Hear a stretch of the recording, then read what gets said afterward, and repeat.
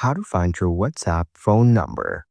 To get started, first of all, open up the WhatsApp application on your phone. You will then be taken to the chats page. Here, you can view all your chats with friends on WhatsApp. On this page, go to the bottom right corner and tap on Settings. This is the WhatsApp settings page. Now tap on your profile at the top. Here, you can view your profile information such as your name, profile photo, phone number, about, etc.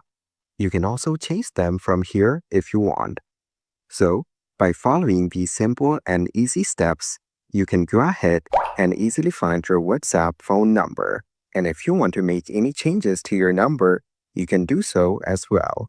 Thank you for watching. Please leave a like if this tutorial helped you, or leave a comment below if you have any questions related to the video.